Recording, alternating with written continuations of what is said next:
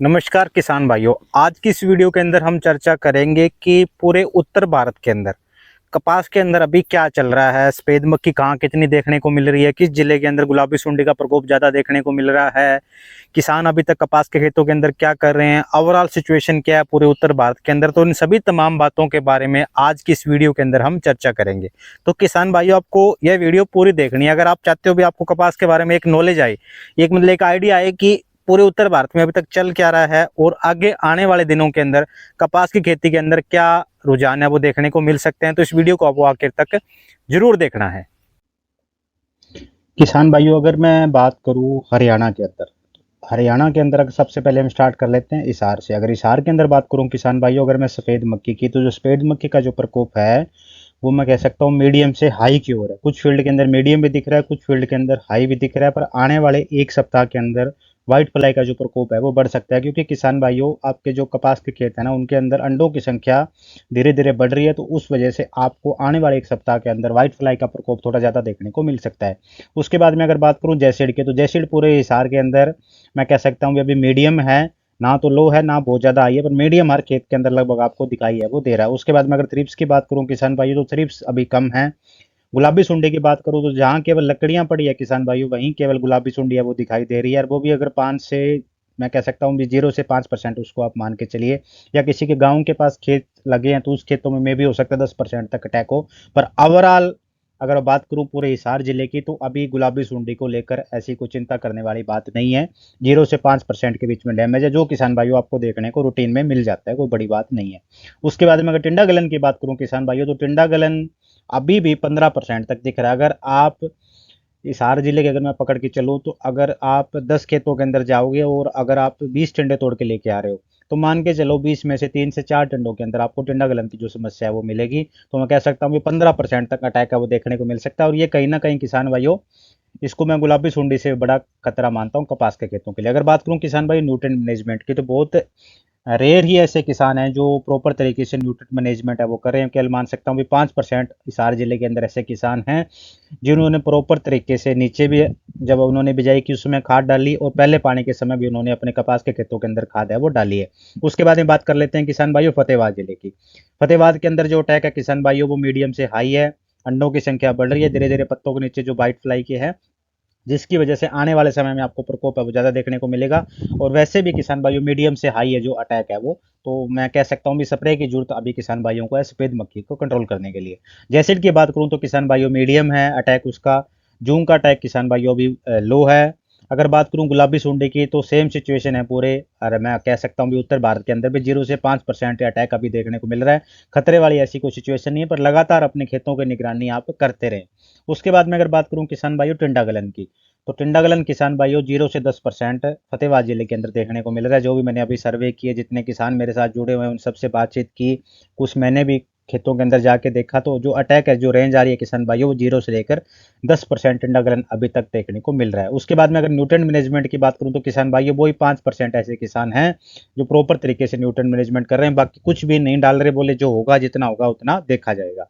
उसके बाद में बात कर लेते हैं किसान भाइयों सिरसा की, हरियाणा के अंदर व्हाइट फ्लाई का जो अटैक है किसान भाइयों वो हाई है।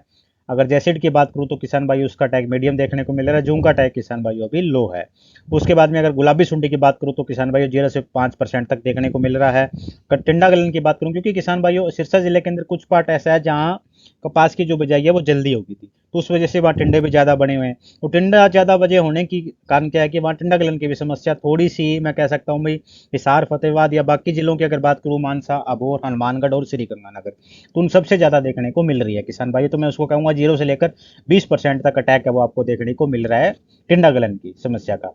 उसके बाद में अगर बात करूँ न्यूट्रिएंट मैनेजमेंट, केवल 2%, सबसे कम मैं मान सकता हूँ सिरसा जिले के अंदर जो न्यूट्रिएंट मैनेजमेंट है वो हो रही है कपास के अंदर। सब लोगों ने कपास को छोड़ रखा है, अभी कुछ भी नहीं करते, जितनी होगी उतनी हो जाएगी। केवल 2% ऐसे किसान हैं जो कपास की पूरी देख रेख कर रहे हैं, समय समय पे उसमें जो न्यूट्रिएंट है वो दे रहे हैं। उसके बाद में बात कर लेते हैं किसान भाइयों पंजाब के अंदर मानसा की। मानसा के अंदर व्हाइट फ्लाई का जो अटैक है किसान भाइयों अभी मीडियम है। जो हरे तेले का जो प्रकोप है किसान भाइयों वो हाई है। अगर बात करूं जूं का, तो जूं का अटैक भी मीडियम देखने को मिल रहा है। गुलाबी सुंडी का ऐसा कुछ इंसिडेंट्स, क्योंकि मानसा के अंदर और अबोर के अंदर बात करूं तो एरिया बिल्कुल ही कम हो गया किसान भाइयों, तो उस वजह से क्या है कि ना खेतों में लकड़ियां हैं, कुछ भी नहीं है। तो ऑलमोस्ट मैं कह सकता हूँ भी अभी गुलाबी सुंडी का तो कहीं कुछ देखने को मिल ही नहीं रहा है। और ये जो हिसार फतेहाबाद सिरसा के अंदर देखने को मिल रहा है, क्योंकि यहाँ लोग ना लकड़ियों का यूज ज़्यादा करते हैं घरों के अंदर, तो खेतों के अंदर सभी ने थोड़ी थोड़ी लकड़ियाँ कहीं ना कहीं डाल के रखी है, तो उस वजह से थोड़ा सा अटैक यहाँ देखने को मिल रहा है। पर मानसा के अंदर ऐसी सिचुएशन नहीं है किसान भाइयों। अगर टिंडा गलन की बात करूं तो 0 से 10% यहाँ भी देखने को मिल रहा है किसान भाइयों। कहीं ना कहीं ये बहुत बड़ा खतरा कपास के लिए, गुलाबी सुंडी से बड़ी समस्या है ये, और अभी भी है, तो इसका मतलब आने वाले समय में तंग तो आपको करेगा किसान भाइयों। उसके बाद में अगर बात करूं किसान भाई न्यूट्रिएंट मैनेजमेंट की, तो केवल 10% किसान ऐसे हैं जो प्रॉपर तरीके से न्यूट्रिएंट मैनेजमेंट कपास के अंदर अभी कर रहे हैं किसान भाइयों। जो भी सर्वे के अंदर जो बात, जो हम किसानों से मिले, रूटीन के अंदर बातचीत हो रही है, किसानों के फ़ोन भी आते रहते हैं लगातार, तो उनसे जो भी डिस्कशन हो रहा है उसके बेस पे मैंने ये सारी रिपोर्ट है वो तैयार की है किसान भाई, ताकि आपको घर बैठे पता लगे कि पूरे उत्तर भारत के अंदर कपास की एग्जैक्ट सिचुएशन क्या है, अभी हो क्या रहा है कपास में अभी तक, और आगे कपास के अंदर डायरेक्शन है वो कैसी रहने वाली है। उसके बाद में अगर बात करूं किसान भाइयों राजस्थान की, उसके बाद सॉरी अबोर रह गया। अगर अबोर की बात करूं तो व्हाइट फ्लाई का अटैक किसान भाइयों मीडियम देखने को मिल रहा है, रेतेले का जो प्रकोप है वो मीडियम है, और जूं का अटैक भी किसान भाइयों मीडियम है वो देखने को मिल रहा है। अगर बात करूं किसान भाइयों गुलाबी सुंडी की, तो 0 से 5% जो सेम कहानी है वो यहाँ बनी हुई है किसान भाइयों। जहाँ लकड़ियां पड़ी हो वहीं केवल अटैक देखने को मिल रहा है, या गाँव के पास जिनके खेत लगते हैं वहाँ अटैक है वो देखने को मिल रहा है, या बहुत ज़्यादा जल्दी बिजाई कर दी थी उसके अंदर भी कुछ ना कुछ कुछ जगहों पे जो अटैक है वो देखने को मिल रहा है, पर अभी खतरे से नीचे है किसान भाइयों। अगर टिंडा गलन की बात करूँ तो 0 से 10% यहाँ भी टिंडा गलन देखने को मिल रहा है किसान भाइयों।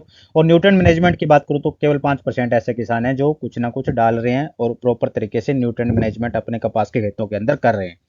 बाकी 95% जो किसान हैं जिन्होंने कपास की बिजाई कर रखी है वो न्यूट्रिएंट मैनेजमेंट नहीं कर पा रहे हैं प्रॉपर तरीके से। अगर मैं बात करूं किसान भाई राजस्थान की, तो हनुमानगढ़ की अगर बात करूं किसान भाई, तो व्हाइट फ्लाई का अटैक हाई देखने को मिल रहा है, जैसिड का भी हाई है, और थ्रिप्स का अटैक मैं कह सकता हूँ मीडियम, क्योंकि इसके पीछे की वजह है किसान भाइयों, हिसार फतेहाबाद सिरसा मानसा अबोर ऑलमोस्ट टाइमली बिजाई हो रखी थी, इतनी ज्यादा लेट बिजाई। पर हनुमानगढ़ और गंगानगर की बात करूँ ना किसान भाइयों, तो ऑलमोस्ट हर तहसील के अंदर मैं गया हूँ हनुमानगढ़ गंगानगर की, तो लगभग जो एरिया है ना किसान भाइयों वो लेट बिजाई वाला है, तो वहाँ प्रकोप है वो ज़्यादा देखने को मिल रहा है थोड़ा सा हर एक सकिंग पेस्ट का। अगर टिंडा गलन की बात करूँ तो सेम वही किसान भाइयों, जहाँ जल्दी बिजाई थी उसी में प्रकोप जो प्रकोप है वो देखने को मिल रहा है, और 0 से 5% किसान भाइयों जो अटैक है वो है। उसके बाद में अगर टिंडा गलन की बात करूँ तो 0 से 10% देखने को मिल रहा है। उसके साथ साथ अगर न्यूट्रिएंट मैनेजमेंट की बात करूँ तो केवल 5% ऐसे किसान हैं जो प्रॉपर तरीके से न्यूट्रिएंट मैनेजमेंट है वो कर रहे हैं। अगर श्री गंगानगर की बात करूं किसान भाइयों, तो व्हाइट फ्लाई का अटैक हाई है, जेसिड का अटैक भी हाई है, और जूं का अटैक है वो मीडियम है। अगर गुलाबी सुंडी की बात करूं तो 0 से 5% कहाँ देखने को मिल रहा है, गाँव के पास या जिनके खेतों के अंदर लकड़ियां पड़ी है उनके खेत के अंदर तो 101% अटैक देखने को मिल रहा है। अगर प्रॉपर तरीके से टिंडे खोल के देखेंगे तो उनको मिले ही मिलेगी, पर जो अटैक है वो 0 से 5% तक है। उसके बाद में अगर बात करूं किसान भाइयों टिंडा गलन की, 0 से 10% टिंडा गलन है वो देखने को मिल रहा है, न्यूट्रिएंट जो मैनेजमेंट है वो केवल 5% ही किसान कर रहे हैं। तो ये जो बड़ी बड़ी बात है इससे क्या निकल के आ रहा है किसान भाइयों, तो सबसे पहले जो मुख्य मुद्दा क्या आ रहा है कि इस बार थोड़ा सा ये जो व्हाइट फ्लाई और जैसिड दो थोड़े से अभी तक तंग कर रहे थे, 15 दिन तक आने वाले समय में ये दोनों आपको तंग करने वाले हैं। इनके अगर आपने प्रॉपर मैनेजमेंट नहीं करी, अगर व्हाइट फ्लाई की आपने प्रॉपर मैनेजमेंट नहीं करी, तो नरमा आपका नीचे से काला पड़ने के पूरे पूरे चांसेस है किसान भाई। अगर जैसिड का कंट्रोल आपने नहीं किया अपने खेतों के अंदर, तो पत्ते आपके नीचे की ओर सिकुड़ जाएंगे, और ऐसे लगेगा खेत के अंदर ना सारे पत्ते जल गए, किसी ने आग लगाई हो जैसे खेत के अंदर, होपर वर्न की जो सिचुएशन कह देते हैं वो बड़ी हो जाएगी। पत्ते आपके नीचे की ओर मुड़ जाएंगे, पत्तियों की जो किनारी है ना किसान भाइयों वो आपकी पीली पड़ जाएगी, तो खेत को देखने का मन नहीं करेगा आपको, कहीं ना कहीं आपकी पैदावार भी घटाएगा अगर इन दोनों चीज़ों का नियंत्रण नहीं किया। बाकी जो की बात करूँ को डरने वाली कोई दिक्कत नहीं। गुलाबी सुंडी के लिए किसान भाइयों अभी आने वाले जो 20-25 दिन है वो डिसाइड करेंगे कि गुलाबी सुंडी किस डायरेक्शन में जाएगी। तो लगातार अपने खेतों की निगरानी करते रहे। मैं आपको अगली वीडियो के अंदर बता दूंगा गुलाबी सुंडी आपके खेतों के अंदर कैसे आती है और कैसे उसकी मैनेजमेंट है वो करनी है। टिंडा गलन की बात करूं, बहुत ही भयंकर समस्या, सबसे बड़ा खतरा कपास के अंदर। पिछले से पिछले साल जो टिंडे आपके सूख गए थे पौधे के ऊपर, जो खुले नहीं थे, बिल्कुल काले रंग के हो गए थे, वो सारा का सारा जो समस्या थी वो टिंडा गलन की समस्या थी। अब बहुत सारे किसान भाइयों को ये भी रहता है कि नहीं वो गुलाबी सुंडी की वजह से आई थी। अगर गुलाबी सुंडी की वजह से आई होती तो अब आपके खेतों के अंदर गुलाबी सुंडी बिल्कुल ही कम है, पर टिंडा गलन तो अभी दिख रहा है। क्यों दिख रहा है, फिर ये भी नहीं दिखना चाहिए। तो क्या है कि इसके साथ इसको लिंक नहीं करना है किसान भाई, इसको अलग रखना है। इसका अगर टाइमली आप फंजीसाइड डालोगे तो नियंत्रण हो जाएगा। तो इसके बारे में भी गुलाबी सुंडी से जो आगे जो वीडियो आएगी उनके बारे में बता दूंगा कि ये क्या चीज़ है, कैसे आती है, कैसे इसका नियंत्रण आपको करना है।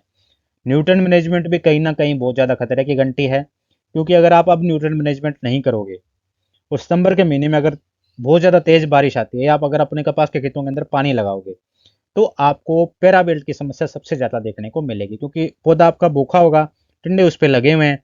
जैसे आप खेत के अंदर आपके पानी लगाओगे या पानी खड़ा रहेगा जब या लगाओगे या बारिश होगी तो क्या है कि टिंडा गलन की आपकी जो पैराबेल्ट की समस्या आपके खेतों के अंदर आएगी।